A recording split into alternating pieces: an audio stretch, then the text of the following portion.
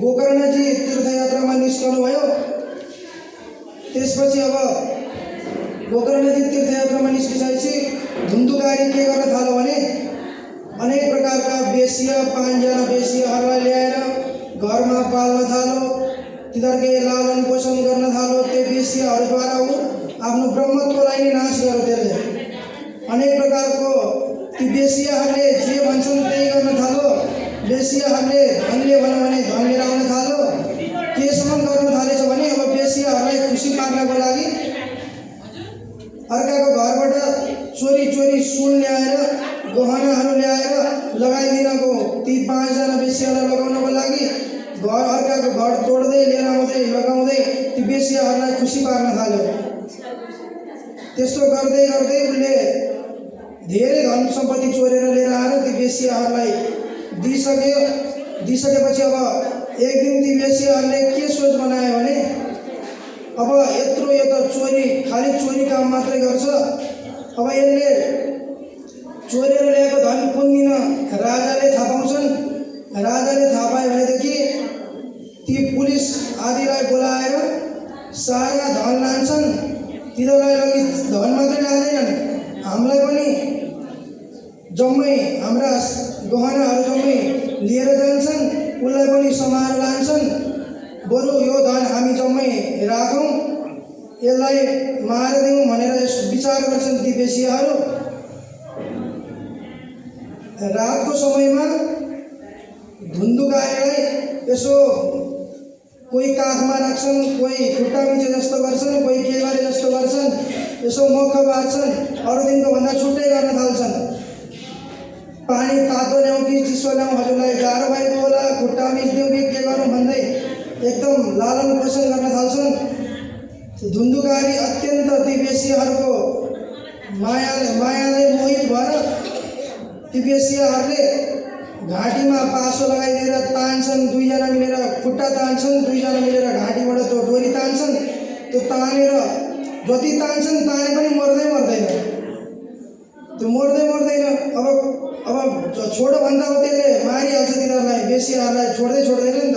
तिमीलाई मैले त्यत्रो धन सम्पत्ति ल्याएर दिएँ, त्यही पनि तिमीहरू मलाई मार्न आँटेका रहेछौ भनेर त्यसलाई अब जीवित छोडो भने त मारिहाल्छन् भनेर तातो त्यो अँग्यालोमा आगो बालेका थिए। त्यो कोइला लिएर आएर मुखमा हालिदिएर त्यो कोइलाबाट बोलेर त्यो तडपिँदै त्यहीँ मरो धुन्धुकारीको पनि मृत्यु भयो। धुन्धुकारीको मृत्यु भइसकेपछि ती गाउँमा त अब सँगै बसेका ती घर नजिकै भएका यहाँ सहरमा पो को कोठामा बस्छ, ओल्लो कोठा र पल्लो कोठाकै चिन्जान हुँदैन त यहाँ सहरमा। गाउँमा त अब ओल्लो घर पल्लो घर सापटी माग्ने, अब चामल छैन भने पनि चामल मागेर लिएर आएर पकाएर खाने त्यस्तो चलन हुन्छ नि। सापटी मागी चलाउने, ऐसो पैसो गर्ने चलन हुन्छ।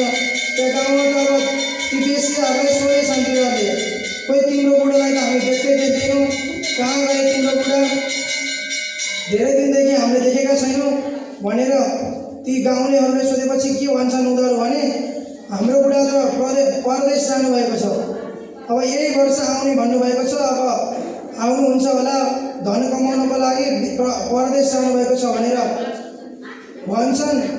अब उता गोकर्णजी तीर्थयात्रामा गोकर्णजीले सारा यता धुन्धुकारीको मृत्यु भयो, यता धुन्धुलीको मृत्यु भयो भनेर थाहा पाइसक्नुभयो। त्यो धुन्धुकारी चाहिँ प्रेत भयो अरे, महा ठुलो प्रेत भएछ। एउटा ब्रह्म राक्षस भयो, अर्को भूत प्रेत, तिनटै ऊ भएछ, महाराक्षस भएछ। त्यसपछि आदेव मेरो रक्षा गर्नुहोस् भन्दै बोली आउँदैन, मनै भन्छ। वायु भएको छ त्यो धुन्धुकारी। आदेव मेरो रक्षा गर्नुहोस् भन्दै मनै कराउँछ। उता गोकर्णजीले धुन्धुकारीको मृत्यु भयो भन्ने थाहा पाएपछि गयामा गएर श्राद्ध गर्नुहुन्छ। गयामा जहाँ उहाँ तीर्थस्थलहरू जानुहुन्छ त्यहाँ गएर धुन्धुलीको पनि श्राद्ध गर्नुहुन्छ। अनि त्यसपछि अब घुम्दै तीर्थयात्राबाट फर्किनु भयो। अब गाउँलेहरूलाई राति भइसकेको थियो। तुङ्गभद्रा नदीको तटमा सहरमा उहाँको एउटा झुपडी घर थियो। त्यहीँ बस्ने निर्णय गर्नुभयो। रात भइसकेको थियो, कसैलाई थाहा नपाउने गरी गोकर्णजी अरूलाई थाहा भयो भने हाम्रो घरमा आउनुहोस्, त्यस्तो घर छ हजुरको, फोहोर छ, कति भइसक्यो मान्छे नबसेको, हाम्रो घरमा आउनुहोस् बस्नुहोस् भनेर भन्छन् भनेर उहाँ कसैले नथाहा पाउने गरी त्यही घरको आँगनमा एउटा आफूले ओढेको उत्तरीय वस्त्र ओछ्याएर त्यहीँ पल्टिनु भएको थियो। पल्टिँदाखेरि त त्यो धुन्धुकारी अनेक प्रकारको आफ्नो रूपलाई देखाउन थाल्यो, डरलाग्दा रूपलाई देखाउन थाल्यो। कहिले भेडा हुन्छ अरे, कहिले हात्ती जस्तो भएर आउँछ अरे, कहिले भैँसी जस्तो हुन्छ अरे, कहिले इन्द्र आदि जस्तो हुन्छ अरे, कहिले मनुष्य जस्तो हुन्छ अरे। अनेक प्रकारको डरलाग्दो रूप देखाउँदै धुन्धुकारी आउन थाल्यो। त्यसपछि अब गोकर्णजी सोध्नुहुन्छ, यस्तो रातको समयमा तिमी यस्तो डरलाग्दो रूप देखाउँदै आउने तिमी को हौ? के भयो तिमीलाई? के कारणले तिमी यस्तो भयो भनेर गोकर्णजी सोध्नुहुन्छ। त्यो धुन्धुकारी बोल्न सक्दैन, बोली नै आउँदैन, बोल्न खोज्छ तर बोली नै आउँदैन उसको। बोली नआइसकेपछि यसो सोच्नुहुन्छ, यसको के कारणले बोली आएन भनेर विभिन्न तीर्थस्थल गएर आउनुभएको थियो। गोकर्णजी आफूले जुन बोक्ने कमण्डलुको जल यसो अजुलीमा निकालेर यसो अभिमन्त्रण गरेर त्यो जलले छ्याप्प छापिदिनु भयो उसलाई। त्यो छाप्ने बित्तिकै उसको अलिकति पाप नाश भयो। पाप नाश हुने बित्तिकै के भयो, अब बोल्न थाल्यो। म तिम्रै भाइ त हो नि, तिम्रै दाइ त हो नि, हे गोकर्ण, मेरो नाम हो धुन्धुकारी। म चाहिँ आफ्नो ब्रह्मत्वलाई नाश गरेर यस्तो प्रेत भएँ भनेर अत्यन्त मलाई वेश्याहरूले मारे, 5 जना वेश्याहरूले मिलेर मारे, मेरो आमाको पनि मैले आमालाई पनि दुःख दिएर मारे भनेर अत्यन्त विलाप गर्न थाल्छ धुन्धुकारी। अब गोकर्णजी भन्न थाल्नुहुन्छ, तिम्रो त मैले उहाँ गयामा गएर त्यत्रो श्राद्ध गरेँ, म जहाँ पुगेँ त्यहाँ गएर पिण्ड आदि दिएर श्राद्ध गरेँ, कसरी तिम्रो मोक्ष भएन? मोक्ष हुनुपर्ने त भनेर गोकर्णजी आश्चर्यमा पर्नुहुन्छ। धुन्धुकारी के भन्छ, अब यस्तो श्राद्ध त हजुरले 100 चोटि गरे तापनि मेरो मुक्ति हुँदैन भनेर धुन्धुकारीको कुरा सुनिसकेपछि अब गोकर्णजी अब यसको कसरी, मेरो जसरी भए पनि तिमीले उद्धार गरिदिनुपर्छ, मेरो मुक्तिको बाटो तिमीले जसरी पनि खोजिदिनुपर्छ भन्छ त्यो प्रेत। त्यति भनिसकेपछि तिमी आफ्नो स्थानमा गएर बस धुन्धुकारी, हे प्रेत तिमी आफ्नो स्थानमा गएर बस, शान्त भएर बस, नडराइकन बस, तिम्रो मुक्तिको उपाय अब यत्रो श्राद्ध आदि गर्दा पनि नहुने रहेछ, अब के छ भनेर म विचार गर्छु भनेर ऊ आफ्नो बाटो लाग्यो धुन्धुकारी। त्यसपछि राति सुत्दाखेरि त्यो धुन्धुकारीको मोक्षको लागि, धुन्धुकारीको उद्धार गर्नको लागि गोकर्णजी राति सुत्दा पनि अनेक प्रकार सोच्नुहुन्छ। सोच्दा सोच्दै केही उपाय देख्नुहुन्न उहाँले। त्यत्रो श्राद्ध गरेर आइसके त्यही पनि उद्धार भएको छैन, अब के सोचौँ भनेर अब उज्यालो भयो। बिहान उज्यालो हुने बित्तिकै ती सारा गाउँलेहरू गोकर्णजी आउनुभएको, ओहो साधु आउनुभएको छ, भेट्न जानुपर्छ भनेर सारा गाउँलेहरू आए। गाउँले मात्र आएनन्, विद्वान जुन वेदमा पारङ्गत थिए, जो चाहिँ सारा शास्त्रहरू जानेका थिए, सबै विद्वानहरू आए गोकर्णजीलाई भेट्न भनेर। सारा ती गाउँका वासीहरूलाई रातिमा भएको सारा घटनाहरू सुनाउन लाग्नुहुन्छ गोकर्णजी। त्यो सुनाइसकेपछि त्यहाँका विद्वानहरूले यसो शास्त्र पल्टाएर हेर्छन्, के चाहिँ छ त यो धुन्धुकारीको उद्धार हुने बाटो, मोक्ष हुने बाटो के चाहिँ छ त भनेर सारा शास्त्र पल्टाएर हेर्न थाल्छन्। त्यो शास्त्र पल्टाएर कहीँ लेखा छैन धुन्धुकारीको उद्धार हुने बाटो। कहीँ नलेखिसकेपछि अब ती विद्वानहरूले के भने, गोकर्णजीलाई भने अब सूर्यदेवलाई गएर सोध्नुपर्छ के गर्दाखेरि यो धुन्धुकारीको मोक्ष हुन्छ भनेर। ती विद्वानहरूले भनिसकेपछि अब गोकर्णजीले आफ्नो जुन ध्यान तपस्याको बल थियो, गोकर्णजी त अत्यन्त साधु हुनुहुन्थ्यो, सारा शास्त्रहरूमा पारङ्गत हुनुहुन्थ्यो। आफ्नो शक्तिले त्यो सूर्य भगवानलाई एकछिन रोक्नुभयो। हे सूर्य देवता, हजुरलाई प्रणाम छ, मेरो दाइको कसरी हुन्छ उद्धार गरिदिनु पर्नेछ, उनले ब्रह्मत्वलाई पनि नाश गर्यो भनेर सारा ती वृत्तान्तहरू सुनाउन लाग्नुहुन्छ गोकर्णजी। उसको त्यही भागवत सप्ताह लगाउनु, त्यही सप्ताहद्वारा उसको उद्धार हुन्छ भनेर त्यो सूर्यदेवले बताइसकेपछि अब हजुरको जय होस् भन्न थाल्नुहुन्छ गोकर्णजी।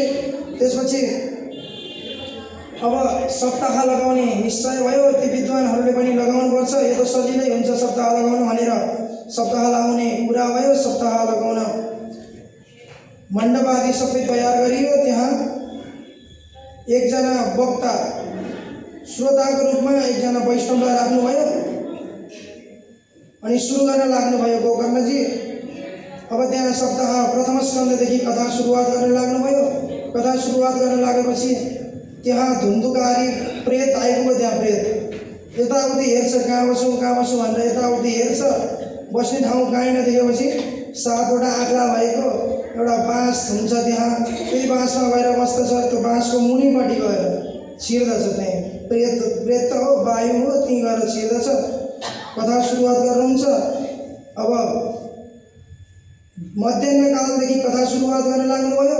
कथा भन्दै साँझ पर्न लाग्यो। साँझ परेपछि कथा सकिएर आरती गरिसकेपछि त त्यहाँ एउटा आश्चर्य भयो।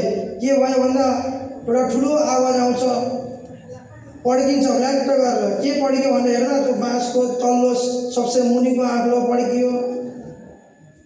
दोस्रो दिन पनि कथा हुँदै गयो। दोस्रो दिनको पनि कथा सकिएर आरतीको समय भयो। त्यतिखेर अर्को बाँसको आँक्लो पड्कियो। तेस्रो दिन अर्को आँक्लो पड्कियो। चौथो दिन अर्को आँक्लो पड्किँदै 7औं दिन 7वटा आँक्लो पड्कियो। त्यसपछि त्यो त्यहाँबाट धुन्धुकारीको मोक्ष भयो। 7 दिन कथा सुनेपछि धुन्धुकारीको मोक्ष भयो। त्यसपछि धुन्धुकारी वैकुण्ठ रूप धारण गरेर कानमा कुण्डल लगाएको छ, मुकुट लगाएको छ, परम सुन्दर छ। पीताम्बर धारण गरेका छन्, माला लगाएका छन्। भगवानको जस्तै स्वरूपमा त धुन्धुकारी प्रकट भयो। त्यहाँ कथाको भइरहेको समयमा कथा सकिसकेपछि त्यहाँ प्रकट भयो। अब त्यहाँ कथामा आएका अपाङ्ग पनि थिए, वृद्ध पनि थिए, कान नसुन्ने पनि थिए, सारा प्रकारका कथा सुन्न आएका थिए। त्यहाँ अब धुन्धुकारी भागवतको महिमा बताउन थाल्यो। आफ्नो कसरी कस्तो पाप गरेर पनि मोक्ष भयो मेरो भनेर धन्य भए भनेर सारा भागवत धर्मको नियम बताउन थाल्छ धुन्धुकारी। त्यसपछि त्यो बताउँदै त्यहाँ वैकुण्ठबाट भगवानका पार्षदहरू आएर विमान लिएर आउनुहुन्छ। विमानमा धुन्धुकारीलाई राख्नुहुन्छ। धुन्धुकारीलाई लिएर जान लागिसकेपछि अब त्यहाँ गोकर्णजी सोध्नुहुन्छ ती भगवानका पार्षदहरूलाई, धुन्धुकारीको मात्रै मोक्ष भयो त? त्यहाँ त्यत्रजना थिए, कथा सुन्ने वृद्ध थिए, बुढा थिए, अपाङ्ग थिए, कान नसुन्ने थिए, त्यत्रा थिए। तिनीहरूलाई चाहिँ किन लिएर नगएको? एउटा मात्रै विमान लिएर आउनुभएको छ त हजुरले, किन एउटा मात्रै लिएर आउनुभएको भनिसकेपछि धुन्धुकारी त प्रेत भएर भड्किरहेको थियो। उसले सप्ताह श्रवण 7 दिन सप्ताह मात्रै सुनेन। उसले सुनेन मात्रै, उसले सुनो, मनन पनि गर्यो। 7 दिनसम्म केही खान पाएन, त्यतिकै भोकै बस्यो। कथाको महिमा चिन्तन गर्यो। दिनरात कथा मात्रै चिन्तन गरेर बस्न थाल्यो, कथा नभएको समयमा पनि। त्यही भएर उसको चाहिँ उद्धार भयो। अब अहिले हामी उसलाई लिएर जान्छौँ। फेरि अब श्रावण महिनामा 7 दिनसम्म फेरि अर्को सप्ताह आयोजना गर्नुहोस्। त्यसपछि भगवान आफै लिन आउनुहुन्छ भनेर ती भगवानका भक्तहरूको कुरा सुनेर गोकर्णजीले फेरि सप्ताह आयोजना गर्नुभयो। श्रावण महिनामा कथा फेरि सुरु गर्नुभयो। कथा हुँदै गयो 7 दिन बित्दै गयो। 7 दिन बितेपछि त त्यहाँ ती भगवानका भक्तहरूले भनेका थिए त्यस्तै अनुसार भगवान अत्यन्त खुसी भएर आफ्नो रूप लिएर सारा मानिसहरूलाई वैकुण्ठबाट भक्तहरू पनि लिएर आफ्नो विमानमा आउनुभयो। त्यहाँ भगवानहरू लिएर सबसे सुरुमा गोकर्णजीलाई झ्याप्प अँगाल्नु भयो। झाप्पो हालेर आफ्नो जति तेज थियो भगवानको आफू जस्तै चारवटा हात धारण गरेका शङ्खचक्र लिनुभएको सबै आफ्नो रूप जम्मे गोकर्णजीमा सुम्पिदिनु भयो। आफ्नो जस्तो गोकर्णजी पनि त्यस्तै बनाउनु भयो। त्यसपछि त्यहाँका कथा सुन्न बसेका ती सबै भक्तहरू लङ्गडा अन्धा ती कान नसुन्ने आदि वृद्ध सबैलाई लिएर जानुभयो। त्यहाँ जो कथा सुन्न बसेका ती कुकुर सबैजनालाई त्यो विमानमा हालेर भगवानले आफ्नो लोकतिर लानुभयो। त्यसपछि गोकर्णजी पनि भगवानको आफ्नो लोकतर्फ लाग्नुभयो। अब यो जस्तै वहाँ अयोध्यामा राम भगवानले सारा अयोध्यावासीलाई आफ्नो धामतिर लगे जस्तै गरी भगवान श्रीकृष्णले पनि सबै आफ्ना भक्तहरूलाई गोलोकतिर लानुभयो। त्यसपछि यो भागवत जसले गोकर्णजीले भन्नुभएको कथा जसले एकचोटि मात्रै सुन्दछ त्यसले चाहिँ आमाको गर्भमै जन्मिनै पर्दैन, एकचोटि पनि जन्म लिनै पर्दैन भनेर सारा भागवत धर्मको बताउनुहुन्छ। त्यसपछि यो कथा अत्यन्त पवित्र छ।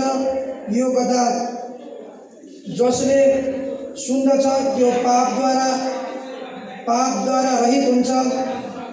श्राद्धमा यो गोकर्ण उपाख्यान जसले पाठ गर्दछ, कथा श्रवण गर्दछ त्यसको चाहिँ पितृको पनि उद्धार हुन्छ भनेर यो महात्म्यको समाप्त गर्नुभयो। आज यति भन्दै विश्राम गर्छु। श्रीमते रामानुजाय नमः। महात्म्य आजबाट समाप्त भयो। 6वटा